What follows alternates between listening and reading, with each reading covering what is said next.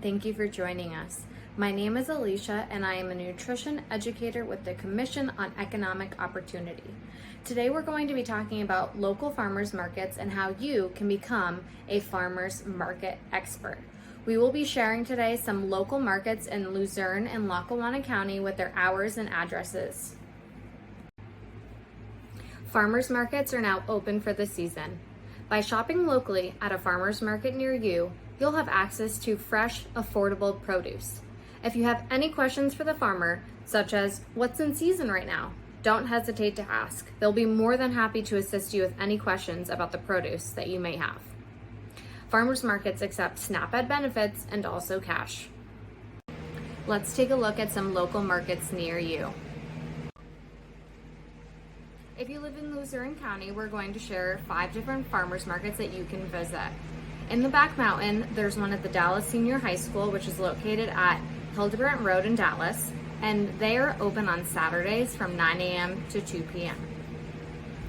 If you're near Pittston, there's a Pittston City Farmers Market, and they are located at 74 South Main Street in Pittston, and they're open on Thursdays from 9 a.m. to 2 p.m. In Wilkes-Barre, there's one on the square at 9 Public Square, Wilkes-Barre. Their hours are Thursdays from 10 a.m. to 4 p.m. Another market is the Freeland Farmers Market, and they're located at 166 Foster Avenue in Freeland. They're open 2 days. They're open on Saturdays from 9 a.m. to 4 p.m. and also on Sundays from 10 a.m. to 4 p.m. And the last market we're going to talk about today is the Downtown Hazleton Farmers Market, which is located at 20 West Broad Street in Hazleton. And they're open on Fridays from 10 a.m. to 2 p.m. If you're located in Lackawanna County, there's 2 markets we're going to talk about today. There's one at the South Side Scranton Farmers Market, which is located at 526 Cedar Avenue in Scranton, and they're open on Saturdays from 10 a.m. to 12 p.m. The other market that's located in Lackawanna County is the Co-op Farmers Market, and they're located at 900 Bering Avenue in Scranton, and they're open Monday, Wednesday, and Fridays from 12 p.m. to 6 p.m. If you live near a farmer's market, walking or biking are 2 great ways of getting physical activity while being able to get you to the farmer's market. If you do choose to walk or bike, try to remember a bag, such as a backpack, to put your produce in so you could safely get home. If you have a car and prefer to drive, there's usually parking near the farmer's market. If you rather use public transportation, just look up a close bus route to get you from your home to the local farmer's market. Another option is to use taxi or a ride-sharing service. Maybe you could get some friends and family and be able to share the cost of a ride to get to the farmer's market. Shopping at a farmer's market not only supports your local farmers, but it gives you access to great quality produce. We really hope to see you at a market soon. Leave us a comment below to let us know which market that we share today is closest to you. We hope to see you there. Thank you again for joining us. We hope that you learned about a local market near you, and we hope that you shop there soon. If you have any comments or questions for us, don't hesitate to reach out to us. You could leave us a comment below or send us a direct message. Thank you.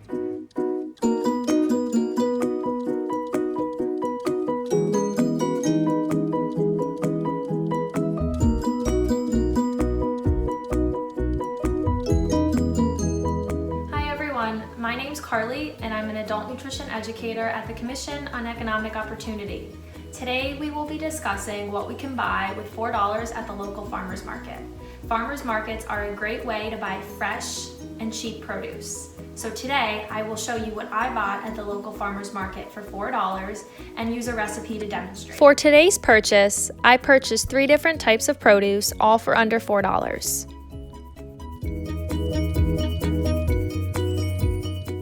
Here we have cherry tomatoes priced at $1.25 for half a container. Next, we have corn. Corn was priced at 75 cents each, or 3 for $2. Lastly, we have a bell pepper. Bell peppers were priced at 75 cents each.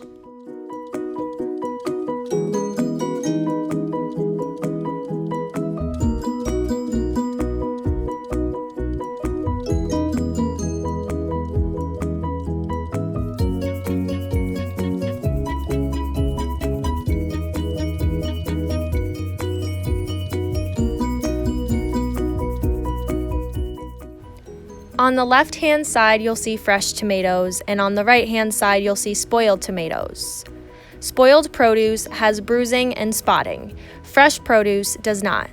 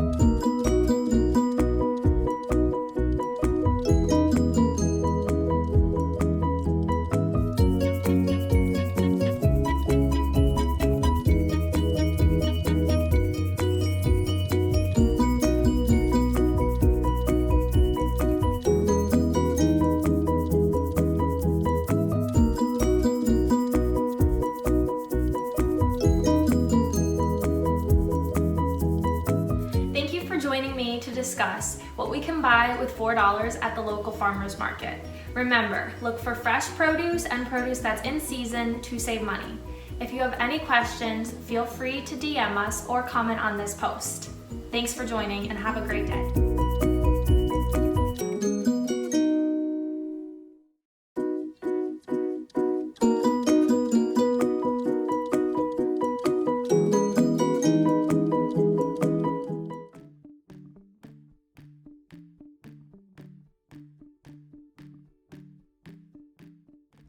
Summer is officially here, which means farmers markets are now open all over the area, providing customers with fresh, locally grown produce.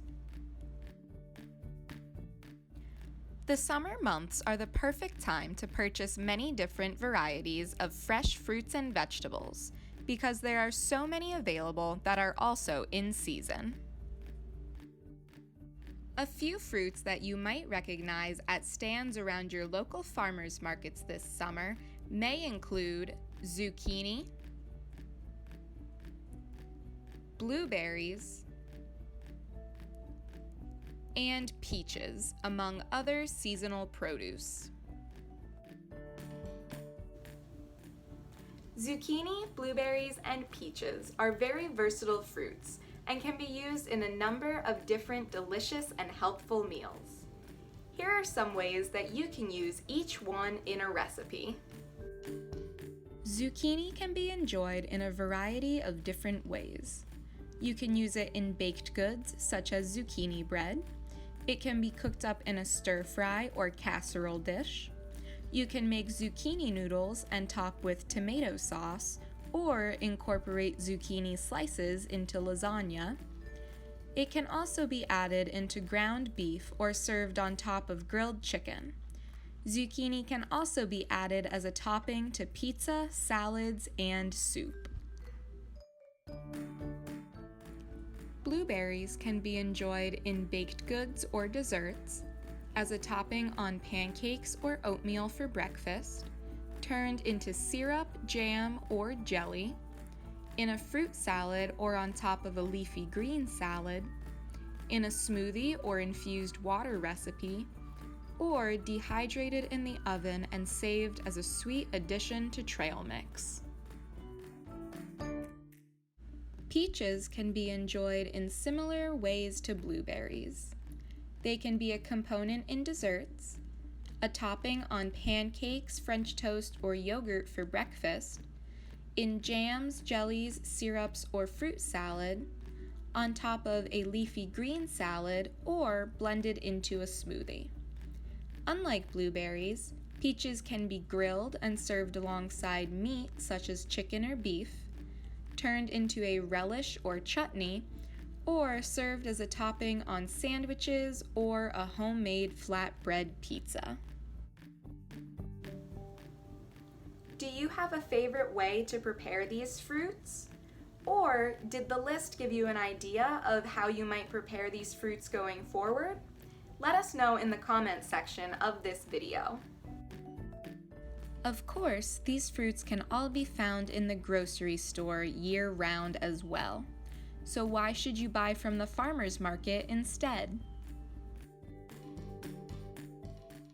One reason is cost. In doing a price comparison between local grocers and farmers markets in my own area, I found that buying from my local farmers is almost always cheaper.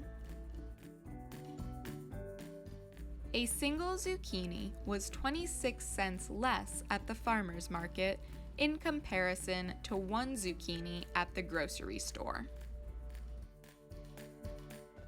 A pint of blueberries was 88 cents cheaper at the farmer's market in comparison to a pint of blueberries sold at the grocery store. Lastly, a pound of peaches was 74 cents less at the farmer's market in comparison to a pound of peaches from the grocery store. These prices will vary depending on location and availability. But for my location, I was able to save nearly $2 buying my produce from the farmer's market. It may not seem like a lot at first, but that money saved will add up over time. I can also use that $2 to buy more produce or use it to buy food items to accompany my produce and make a full meal. Let's discuss. What do you think would be the advantages of buying your produce at the farmer's market? Pause the video and let us know your thoughts in the comments section below. If you're new to the idea of shopping at a farmer's market, you may be a little unsure of what to expect. We've put together a few helpful tips to help ease your way into shopping at your local farmer's market. The first tip is to come prepared. Ask friends, family, or neighbors who have been to the farmer's market in your area before what would be helpful to take. Items such as reusable grocery bags, comfortable shoes, a list, and your EBT card are always a good idea. The second tip is to time your visit. Ask or look up what time nearby markets will be open. Of course, you need to go at a time that best fits your schedule, but try to make sure you can go at a time where you will be returning right home afterwards to refrigerate and/or store your purchases. The third tip is to walk around the market. Plan your first trip as a day to become familiar with the farmer's market. See what's available that day, how the quality of the produce looks, and compare prices. Walking around the market is also a great way to fit exercise into your day. The fourth tip is to ask questions. Farmers are happy to talk about their products and answer any questions you might have. Is there anything you can think of now that you'd like to ask your farmers? Let us know in the comments. Our last tip for shopping at the farmer's market is to use your EBT card. To use your EBT, or Electronic Benefits Transfer Card, first take a look around the market to get a rough idea of how much you would like to spend that day. Look for signs posted on where you can use your EBT benefits, because not all stands will accept those benefits. Then find the Farmers Market Management tent or look for a sign posted on where you can redeem your EBT benefits.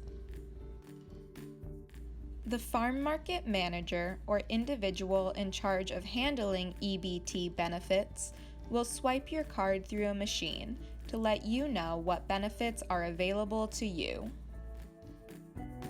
Once they get all of your information, they will ask how much you would like to spend that day. You will then be asked to insert your PIN number. The manager or individual that helped you to redeem your benefits will then provide you with tokens with a dollar amount value to spend at vendors where tokens are accepted. You will exchange the tokens instead of cash. Be sure to communicate with the farmers, as not all of their products may be purchased with EBT benefits.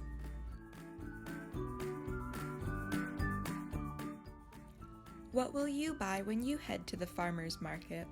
Be sure to like and comment on our video and stay on the lookout for recipe ideas and more tips for shopping at the farmers market on the CEO Nutrition Education Facebook page. Thank you all for watching.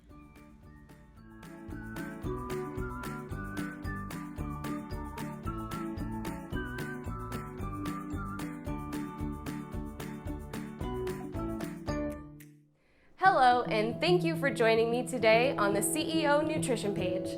I'm Amanda, a nutrition educator with CEO, and in this video, we'll be making a pasta ratatouille recipe utilizing a variety of fresh produce that we can find at our local farmers market. First, we'll go over the ingredients and materials that we'll need to complete the recipe. Then we'll talk a little bit about food safety and knife safety when cutting up this produce. We'll talk about how to cut up the produce to prepare it for cooking. And then finally, we'll get to the cooking process. So let's get started.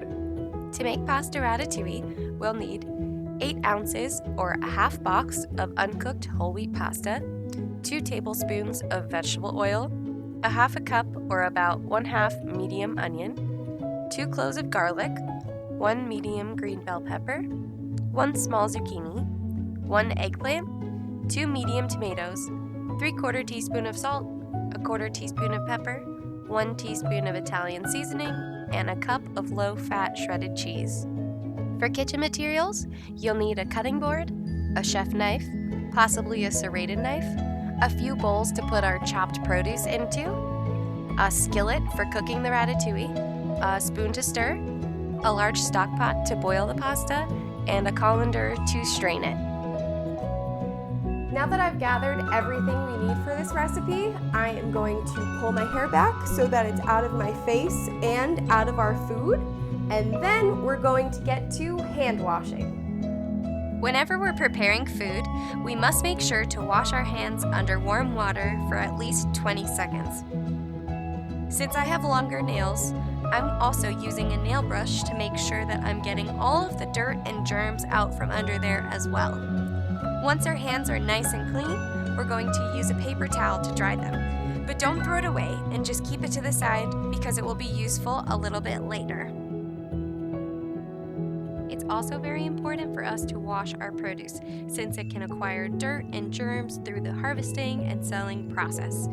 Here you'll see I'm rinsing all of our produce under cold water, aside from the onions and garlic, since we'll be peeling away layers of those. I like to allow the produce to dry on a clean dishcloth just to conserve paper towels. Now, if you're new to cooking and you don't want too many things going on in the kitchen at one time, I recommend boiling the pasta first and setting it to the side before cooking the ratatouille. If you're more skilled and you can handle multitasking, then you could boil the pasta while you're cooking the vegetables, but that choice is up to you. If you are making the pasta first, you can drizzle in a little oil after it's drained to keep the pasta from sticking together while you're making the rest of the recipe. Before we even pick up the knife, we want to make sure that our cutting board is secure.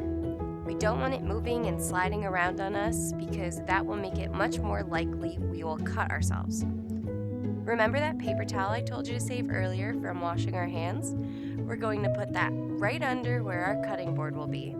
This will make the cutting board much more stable and secure. Now let's talk about holding the knife. You may see people holding a knife with their finger on top or just around the handle. Both of these techniques do not give us enough control of the knife and can make it more likely we'll cut ourselves. What we want to do is pinch the knife where the handle meets the blade and then wrap the rest of our fingers around the handle. This is a much more secure way for us to hold the knife. This might feel weird at first, but with practice, this grip provides much more control of the knife. Another important thing to talk about is actually the cutting motion. We don't want to be chopping straight up and down. We want to have a sort of wave motion where the knife is rocking back and forth. You can also leave the tip of the knife on your cutting board and use that same rocking motion when chopping. Let's start with our zucchini. We'll want to cut the ends off first. And with any produce that we're going to cut with a knife, we always want to try to get a flat surface. We don't want it rolling around on us. So for the zucchini, we'll get a good grip on it and cut right down the middle. And now we have 2 flat halves. It's important to note how we should be holding the objects we're cutting with the hand that is not controlling the knife. We don't want to lay our hands out flat because then our fingers can get in the way and it's more likely we will have an accident. The safer grip is to actually tuck our fingers into what is called a claw grip so that the tips of our fingers are protected. We want the knife to gently rest against the knuckles. This not only prevents us from getting close to our fingertips, it also acts to set the thickness of the cuts we're making. This way, you're never going to cut your fingertips since the knife will glide along your knuckles before it ever cuts your finger. Once we've cut one half, we can put what we've chopped into a bowl to make more room on the cutting board. I'm using the knife to help me gather more zucchini, but if you use this technique, make sure to touch the zucchini and not the knife blade. Then we'll do the same thing with the other half. We want to try and make all our cuts the same size so that they cook evenly. Same thing with our eggplant. Because of its shape, you can see how easily it rolls around. First things first, we want to cut off the ends, and then with a firm grip, we'll slice it right down the middle to get those 2 flat halves again. In order to match the size of the zucchini, I'm going to slice each half into 3. Going in with that same claw grip, we're going to chop our eggplant, trying to go for the same thickness that we cut our zucchini. The skin on the eggplant is a little bit tougher than the zucchini, so it is a little more resistant to cutting. It's actually safer to work with a sharp knife, but if your knife isn't too sharp, you may want to use a serrated knife instead. It will provide more grip on produce with a smooth surface, such as an eggplant or a tomato. Here, I'm dicing our first tomato with an advanced technique. I like to start with the tomato stem side down to provide that stable base. And the idea of this technique is to slice the tomato almost all the way through, but leaving just a little space at the bottom, which allows the tomato to be held together. And if you mess up like I did, that's okay too, we can make it work. So once we sliced through one way, we then rotate the tomato and slice through the other way. Once both directions are sliced, we then lay the tomato on its side and slice straight through, giving us a nice dice.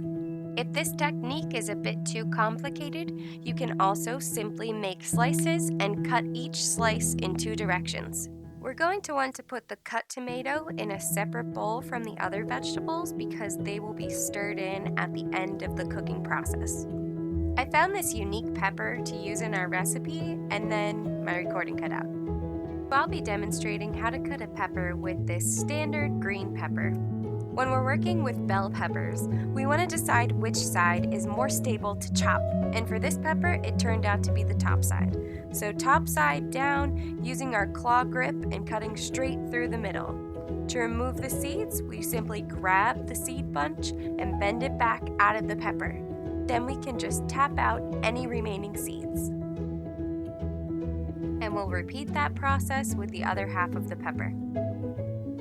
Now that the seeds are removed, we'll place the flat sides down and cut our peppers roughly the same size as our zucchini and eggplant. Now for our onion, we want to take this part with the tail, not the part with the hairy root, and using our claw hand, we're going to chop that off so that we have a nice, stable base to work with. Then we're going to cut straight through the middle of the onion, leaving some root on both sides. Next, we're going to peel both halves of the onion. We want to make sure all of the skin is removed, even if we have to take off the first top layer of onion. My onion had a small bruise, so we can simply slice that off until there's no damage remaining. With our onion close to us on the cutting board and our claw grip holding securely but not pushing down too hard, we're going to guide the knife through horizontally. Just like our tomato technique, we do not want to be slicing all the way through, but instead leaving some space for the onion to be held together. Make 2 to 3 horizontal slices. Next, we want to slice down vertically. I like to put the tip of my knife on the onion where I want the cut to start. This will allow us to keep the onion intact and prevent us from slicing straight through it. Our last step is just to chop straight through the onion to get our dice. Once you get to the root, you can also chop off the rest of the onion just so we're not wasting. And there you have your diced onion. If that technique is too intimidating, or if your knife isn't sharp enough, you can also simply slice the onion and then chop the slices to form your dice. For the fresh garlic, we want to get to the cloves, so we'll chop off the tail end just like we did with our onion. Then we'll peel off some of the outside layers to expose the cloves. Once we have a clove, we're going to cut the root side where everything is held together. To get it out of the peel, place the clove under the knife and push down, crushing the clove and making it easier for us to peel away the skin. Once the clove is peeled, we'll take our claw hand again and we'll make slices of the garlic. Then, pinching the knife and bracing it with your other hand, we're going to rock the knife back and forth to finely mince the garlic. The smaller the mince, the more garlic flavor will be released into the dish. So you can repeat this rocking motion as much as you like until your garlic is the size you prefer. And there is our minced garlic. Now that all of our produce is prepared, it's time to cook. Start by heating 2 tablespoons of oil over medium heat.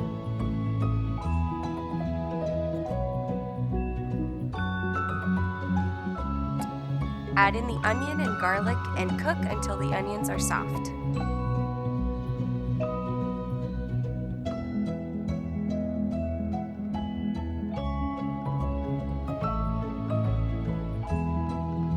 Make sure to stir so that the onion and garlic don't stick to the pan and burn. While we're waiting for the onions, we can measure out our spices, which are 3/4 teaspoon of salt, 1/4 teaspoon of pepper, and 1 teaspoon of Italian seasoning.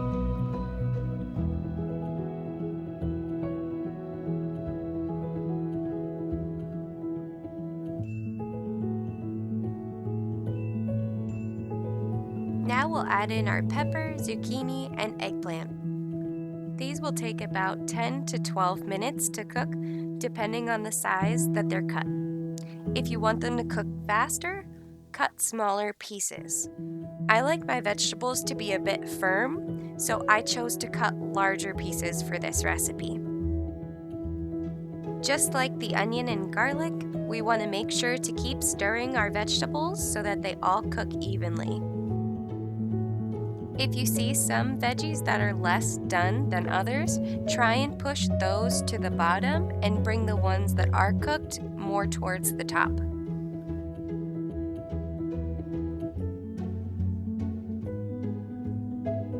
Now that the veggies are cooked to our desired softness, we're going to stir in the tomatoes.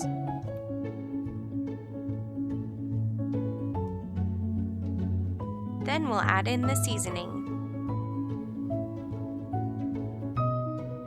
And then we'll just mix until everything is combined. Then we'll let it simmer for a moment until everything is heated through. Then we can turn the heat off and we're done cooking. To finish the dish, we'll start with a little bit of the whole wheat pasta, add the ratatouille on top, and then finish with some shredded mozzarella cheese. I hope you enjoyed watching this recipe. Please let us know if you plan to make the recipe or if there are any changes you would make to the recipe when you do make it. We love to hear from you. Thank you so much for watching, and we'll see you next time.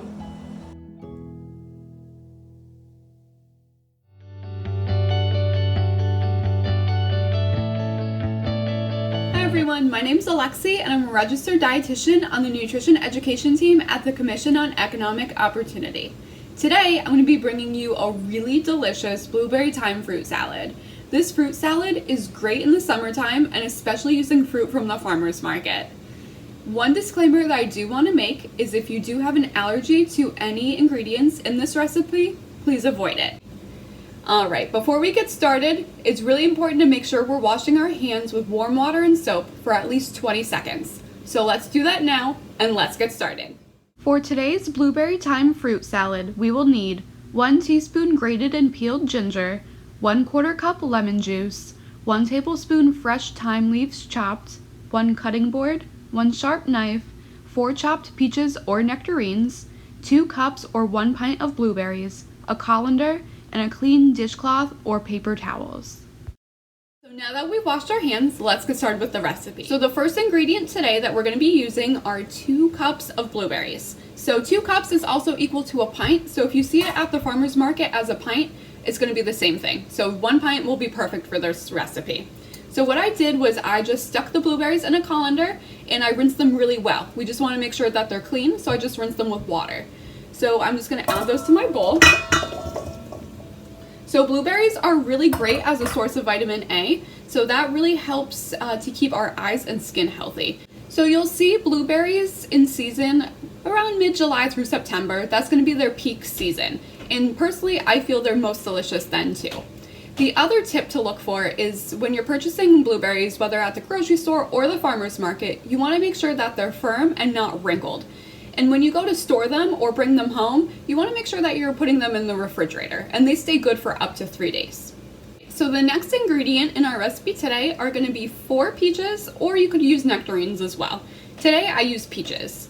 So when you're looking for peaches, you want to make sure that you're looking for this beautiful red velvety peach. So a tip when you're bringing home your peaches from the farmer's market, you want to make sure that if they are ripe, that you're storing them in the refrigerator for up to 5 days. Find peaches at the farmer's market from the beginning of July till about the middle of September. So that's their peak season.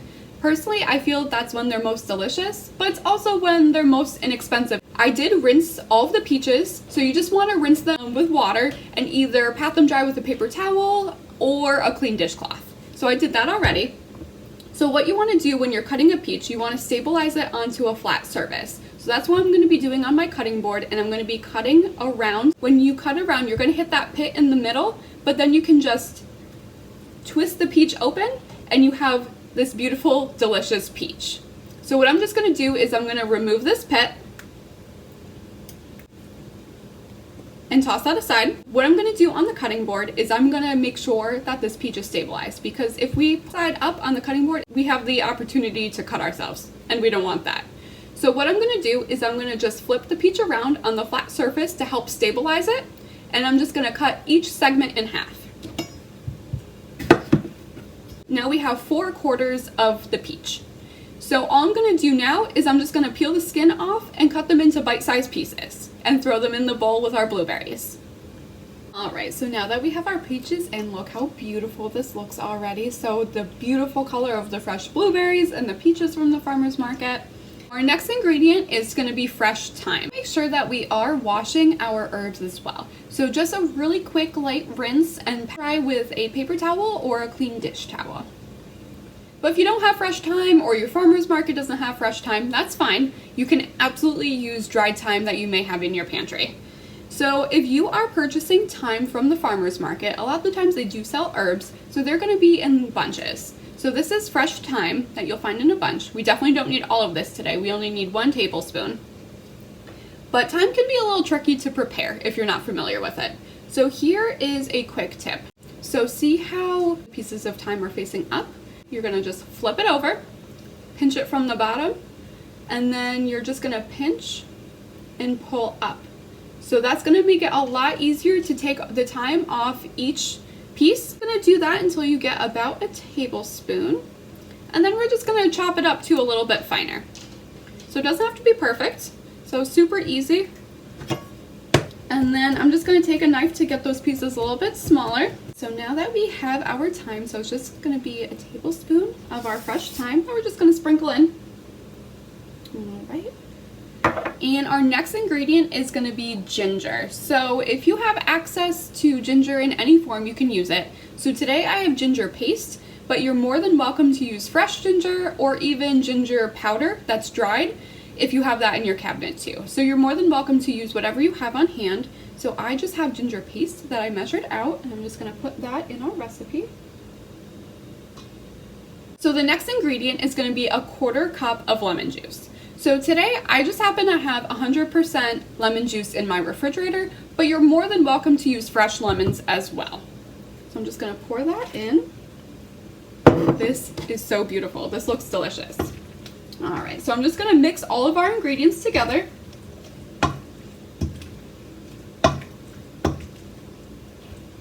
Alright. And this is our final product. Alright, we're all finished. Look how delicious this looks. So this blueberry thyme fruit salad would make a delicious dessert or even a snack. So this recipe makes 5 1-cup servings, so there's definitely enough to go around for the family or your friends. So I hope you enjoy. Thank you so much for joining me today, and we'll see you soon. Bye.